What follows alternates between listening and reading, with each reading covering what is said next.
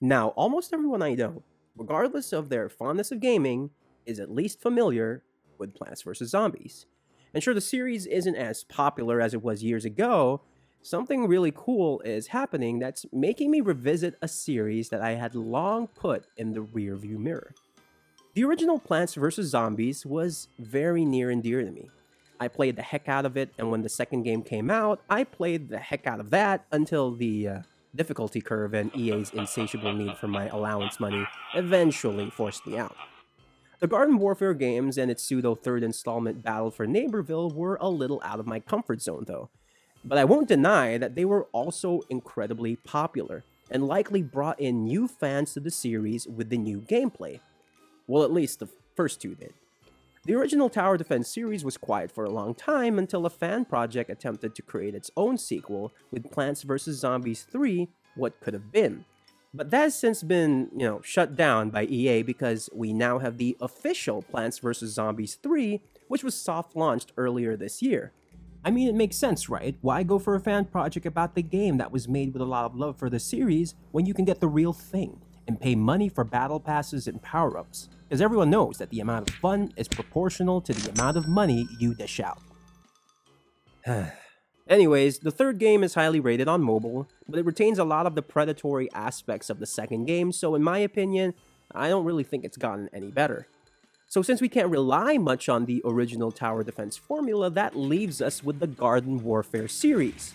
But with the commercial failure of Battle for Neighborville, everyone had thought that this was the end for the series. But something is happening. For the past few years, the Garden Warfare series was effectively dead. Popcap had stopped updating the game, and whatever player base existed was too small to sustain life for the franchise. From 2023 to about 3 weeks ago, Battle for Neighborville could barely average 500 players, at least on Steam. Granted, for these games, the player base for PC is notably smaller than that of console, but it's still helpful to take a look at the PC numbers, especially for this video. November 2023 saw a pretty good rise with the sale back then, but it eventually fizzled back to the original numbers and continued to decline. This trend would continue until around July 24th. The franchise had a massive Steam sale that single-handedly brought this game back from the dead on the platform, surpassing even the numbers it saw back in November. From having only around 200 players in July 23, the next day it had a peak of about 1,591, which rose to 2,090 the next day, and then it went up and up and up. If you think this isn't too special, well, you might be right, but I did mention that it was a franchise sale, right? Which meant I had to take a look at another game as well. Garden Warfare 2 is regarded as the best game of the series, and although it averaged about 1,500 to 2,000 players the past year on Steam, peaking at about 3,500 last November, the number of players were dropping rapidly throughout 2024, and by July 23rd it had dropped to about 585 players. However, similar to its Black Sheep sequel, this number started to climb, and climb, and climb, with a peak of about 9,000 players as of July 31st. This is kinda awesome. But you guys might be thinking, well, it's natural for a game to peak when there's a sale, and you're right. Many games have had new life brought into them because of Steam sales, but there's a key difference that sets this revival apart in my opinion. First, many games that go on sale are single-player experiences, so sure you can bring over a higher player count, but that usually peters off as these new players finish the game. With a live service game, the game has to be fun enough to sustain a player base, as the price tag can only go so far, and that pool of players has to be big enough to keep people interested, as empty lobbies and hub areas can be pretty big turnoffs.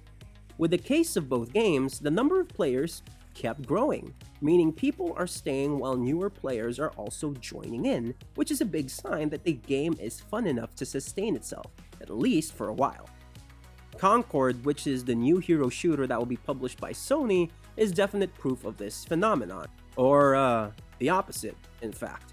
Because even when the beta was given for free, It peaked at about 2,000 players, which is indicative of its entertainment value, because if you can't convince people to keep playing a free game, how are you going to convince them to buy it later on? Second, the numbers for both games far exceed any numbers they saw in the past 2 years, which gives the game a better chance to sustain itself for a little longer, as lobbies and hubs are more populated now than it was before, which could, not saying it would, attract older players to revisit the game once again. The amazing thing is that this is just Steam, and although cross-platform might not be possible for Garden Warfare, you still have Game Pass, which likely tacks on an extra 100 or 1,000 into that number, and even EA Play, which will add, I don't know, 1 or 2 people? I'm not sure how the console servers are doing though, so I hope someone can comment and tell me how it is over there. Now, how do the games hold up in 2024, you might ask? Seeing as I've never touched the Garden Warfare series, I thought that this was a perfect opportunity to go into the latter 2 games with fresh eyes. And to be honest, there was a ton of stuff I enjoyed, and I say this for both Garden Warfare 2 and Naperville. Keep in mind though, I'm not that into competitive multiplayer, so I'm definitely going to be speaking from a more casual perspective going into these games. I won't be giving an in-depth review, as many others will probably have done that many years ago, but I'll do some quick-fire observations on different aspects that I kinda liked. First, let's talk visuals. I personally feel like this was the most jarring transition from the tower defense games, because the shift to 3D is giving me mixed feelings of "Aw, ooh," and "Jesus Christ, what the fuck?" There's just something off with some plants, for example, but I got used to it eventually. The zombies for me look amazing, and the different maps that you can play around in are really fantastic, and they're very creative. Gameplay is a lot of fun, assuming you don't touch the single-player campaign with a 10-foot pole, that is. The multiplayer component is definitely where the series shines. First, I appreciate that Garden Warfare 2 has a welcome mat, which is a sort of beginner's vanquish mode where you can only play vanilla versions of characters, allowing newer players to get used to the mechanics of every character without getting overwhelmed with learning other variants. A lot of the game modes are par for the course for hero shooters like Payload Management, King of the Hill, Team Deathmatch, with a Plants vs Zombies coat of paint, and naming scheme of course. But I do like certain twists they do, like Gnome Bomb. Damn, is that mode stressful and satisfying. Heroes are all pretty decent to use. I haven't played long enough and unlocked that many variants on Garden Warfare 2 to determine if there are any broken characters, but in Naperville, I've noticed that I gravitate a lot more to the Nightcap, as it is seriously fun to use, and Colonel Corn as well for both games.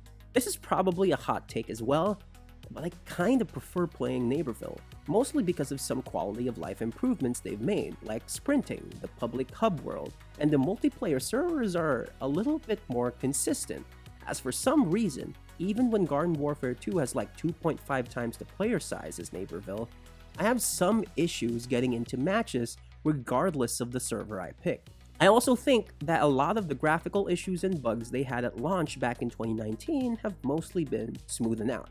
And so the experience for Naperville has largely been fun in my opinion, sometimes more so than Garden Warfare, as transitioning back to no sprint drives me nuts, and the hub in Garden Warfare is kinda lonely compared to Naperville.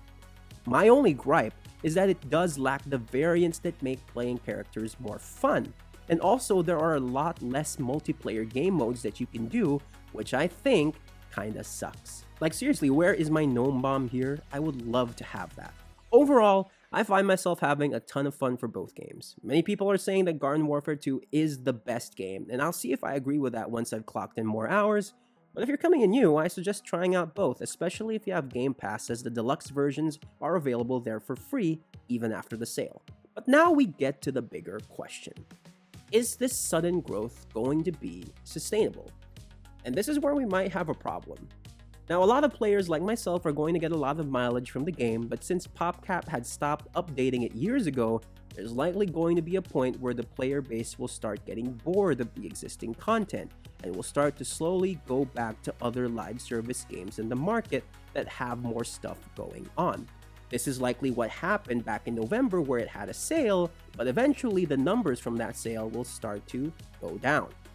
The thing is, the Garden Warfare series was no slouch back then, but it was, and still is, a niche franchise in the live service sphere. And with Plants vs. Zombies 3 already out in the market this year, it's highly likely that EA will continue to ignore the Garden Warfare series and focus on that later title.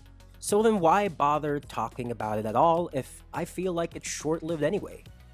Well, the thing is, while I was playing, I saw many players for both games who are in incredibly high levels for their characters, with a lot of tricked out cosmetics that probably took them hours upon hours of playtime or real money.